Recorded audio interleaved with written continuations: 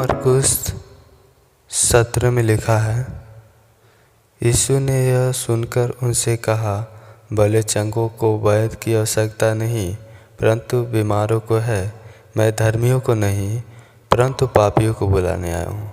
इसमें प्रभु साफ दर्शा रहे हैं, साफ साफ कह रहे हैं, साफ साफ बोल रहे हैं कि मैं पापियों को बुलाने आया हूँ, धर्मियों को नहीं। जो धर्मी है वो तो धर्म में पहले से हैं, मैं पापी लोगों को बुलाने आया हूँ।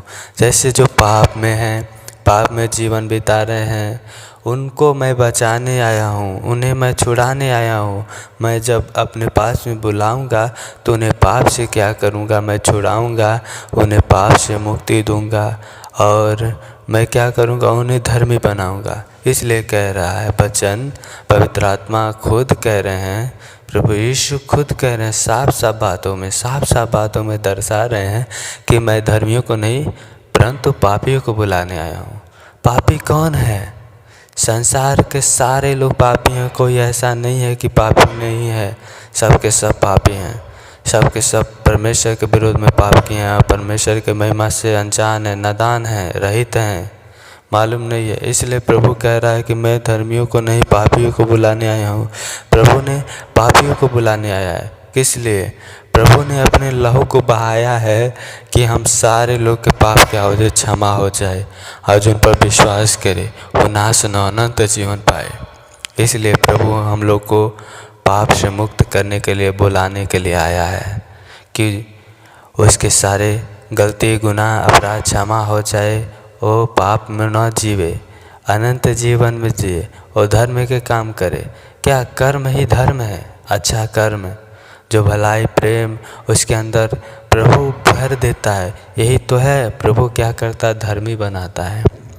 जो बुराई होता है, जो उसके अंदर गलत विचार होता है, जो पाप होता है, जो अपराध होता है, जो कुकर्म के काम करते हैं, जो व्यभिचार में जीवन बिताते हैं, सारे चीज़ों से प्रभु कह रहा है कि मैं क्या करने आया हूँ, छुड़ाने आया हूँ, बचाने आया हूँ। यही तो है सब पाप। असली पाप यही है जो हम सारे मनुष्य नहीं जानते हैं और अनजान है, नादान है, और जाने अनजाने में पाप में जीते हैं, पाप में जीवन बिताते हैं। इसलिए प्रभु कह रहा है मैं धर्मियों को नहीं पापियों को बुलाने आया हूँ। तो प्रभु ने इसीलिए आया स्वर्ग से धरती पर, और हम लोगों के लिए मारा गया, गाड़ा गया, तीसरे दिन चिंता हुआ, फिर जीवित होकर 40 दिन धरती पर रह के फिर सुसमाचार प्रचार किया, महिमा प्रकट किया, फिर उसके बाद जिंदा स्वर्ग में चला गया। प्रभु आज भी जिंदा है, ताकि उसके लहू बहाने से, उसके कोड़े खाने से, वो भी 39 कोड़े के लगे हुए, और उसके सिर पर कांटों का ताज ठोके जाने से, उसके हाथे पैरों में कील ठोके जाने से, उसके सिर पर भाला खाने से, और जो दर्दों को सहा, दुखों को सहा, पीड़ाओं को सहा, टांडव जुल्मों को, व्यभिचारों को सहा, निंदाओं को सहा, झूठा दोष लगाया गया, झूठा उस पर आरोप लगाया गया, उस पर टांडव किया, जुल्म किया, सताए, फिर भी प्रभु ने हम लोगों के लिए सहा कि ताकि वो हम ही लोगों के लिए आया है, ताकि हम लोग के लिए वो सहता गया, ताकि हम लोग वो जो उस पर विश्वास करके अनंत जीवन को पा लें, ताकि अपने आप को खुद सूली पर चढ़ के बलिदान किया और अपने आप को दे दिया, पापों से मुक्त करने के लिए अपना लहू दे दिया। वो पवित्र लहू पापों का दाम चुकाने के लिए दिया, ताकि हम पापों से क्या हो जाए, मुक्त हो जाएं। पवित्र लहू दिया, हम लोगों को खरीद लिया है अपने पवित्र लहू से, बेजान वस्तु से नहीं, अपने पवित्र वस्तु से खरीदा है। पवित्र वस्तु क्या है? पवित्र लहू, पवित्र कीमती लहू से हम लोग को छुड़ा लिया है, मोल लिया है प्रभु जी, हम लोग को बचा लिया है। इसलिए कह रहा है कि मैं धर्मियों को नहीं पापियों को बुलाने आया हूँ। ये अवश्य है कि भले चंगों को बहुत की आवश्यकता नहीं, परंतु बीमारों के हैं। तो जितने बीमार हैं, जितने दुखी हैं, जितने बेसहारा लोग हैं, जिन्हें कोई जीने का आसरा नहीं है, कोई जरिया नहीं है, कोई मंजिल नहीं है, उन लोगों के लिए आया है, बेसहारों के लिए, दुन दुखियों के लिए, बीमारों के लिए आया है प्रभु, कि वो सारे लोग क्या हो जाएं, आज़ाद हो जाएं, सारे लोग चंगे हो जाएं, अच्छे रास्ते पर चलें और अनंत जीवन को पालें।